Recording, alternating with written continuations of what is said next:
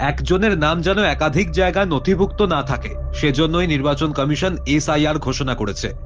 সোমবার 26শে অক্টোবর, তার পরের দিনেই সামনে এলো ভোট কুশলী নামে খ্যাত প্রশান্ত কিশোরের নাম পশ্চিমবঙ্গ ও বিহার উভয় জায়গার ভোটার তালিকায় রয়েছে। তিনি পশ্চিমবঙ্গের 2021-এর বিধানসভা ভোটের ভোট কুশলী ছিলেন। এখন বিহারের সক্রিয় রাজনীতিতে তিনি বিরাজ করছেন।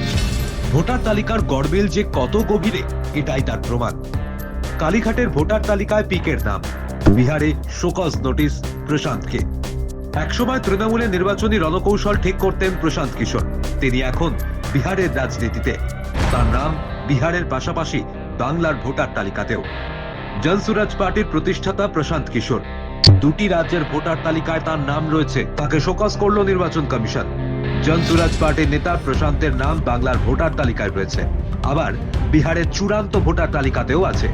এর কারণ জানতে চেয়ে তাকে নোটিশ পাঠিয়েছে করগাহর বিধানসভার কেন্দ্র নির্বাচনী আধিকারিক। পশ্চিমবঙ্গে কলকাতার 121 কালীঘাট রোডের ভোটার তালিকায় নাম রয়েছে প্রশান্তের। এর কাছে ভবানীপুর তৃণমূলের কার্যালয় রয়েছে। এক সময় তিনি তৃণমূল কংগ্রেসের ভোট কুশলী ছিলেন। 2021 সালে নির্বাচনে জিতে তৃতীয়বার ক্ষমতায় আসে তৃণমূল। 2রা মে ফল বেরোনোর পরে প্রশান্ত কিশোর তৃণমূলের ভোট কুশলীর কাজ ছেড়ে দেওয়ার কথা ঘোষণা করেন। এরপর তিনি জনসুরাজ পার্টির প্রতিষ্ঠা করেন। এদিকে নির্বাচন কমিশনের ওয়েবসাইট অনুযায়ী সাসারাম লোকসভা কেন্দ্রের ভোটার তালিকাতেও নাম রয়েছে পিকের। তার বুথ কোনারের মধ্য বিদ্যালয়, এটাই তার পৈতৃক গ্রাম বলে খবর। কলকাতায় তার বুথ রানী শঙ্করী লেনের সেন্ট হেলেন স্কুল। বিহারে স্পেশাল ইন্টেন্সিভ রিভিশন বা এসআইআর শেষ হয়ে গিয়েছে। আগামী মাসে 6ই নভেম্বর ও 11ই নভেম্বর ভোট, 14 নভেম্বর ভোট গণনা। পশ্চিমবঙ্গ সহ 12টি রাজ্য ও কেন্দ্রশাসিত অঞ্চলে এসআইআর শুরু হয়েছে এদিন। এরপর বিহার জনসুরাজ দলের প্রশান্ত কিশোরের নাম মিলল বাংলার খসড়া তালিকা এবং বিহারের চূড়ান্ত তালিকায়। এ নিয়ে তার জবাব চেয়ে নোটিশ পাঠিয়েছে করগাহর বিধানসভার কেন্দ্র রিটার্নিং অফিসার। তিনি লিখেছেন, 28/10/2025 তারিখে সংবাদ মাধ্যমে প্রকাশিত একটি রিপোর্ট অনুযায়ী আপনার নাম বিহার ও পশ্চিমবঙ্গের ভোটার তালিকায় রয়েছে।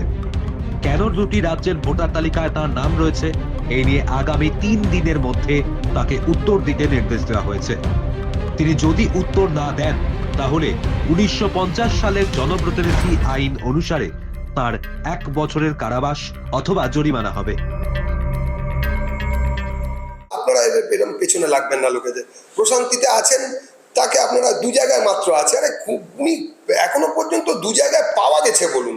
এখানে এরকম কত লোক প্রশান্ত আছে, একটা নামী লোকের নামে এইসব বললে হবে? আপনি খুঁজবেন, হয়তো থাইল্যান্ডের ভোটার লিস্টে এইখানকার কারোর নাম পাওয়া যাবে, দেখবেন সেখানেও আছে। এই জামাই আদর একটা আলাদা ব্যাপার, এসব নিয়ে কোনো কথা বলা যাবে না। ওপার থেকে মানে বাংলাদেশ থেকে হাজারো হাজারো অনুপ্রবেশকারী মুসলিম এখানে এসেছেন, তারপরে নাকি শুনছি এখানকার মেয়েদের বিয়ে করেছেন আর শ্বশুরদের বাবা দেখিয়ে নাকি ভোটার কার্ডের নাম তুলে নিয়েছেন, আধার কার্ড বানিয়ে ফেলেছেন। সবটাই ওই বিএসএফ এর দোষ, বুঝলেন তো? আর কারোর কোনো দোষ নেই এখানে।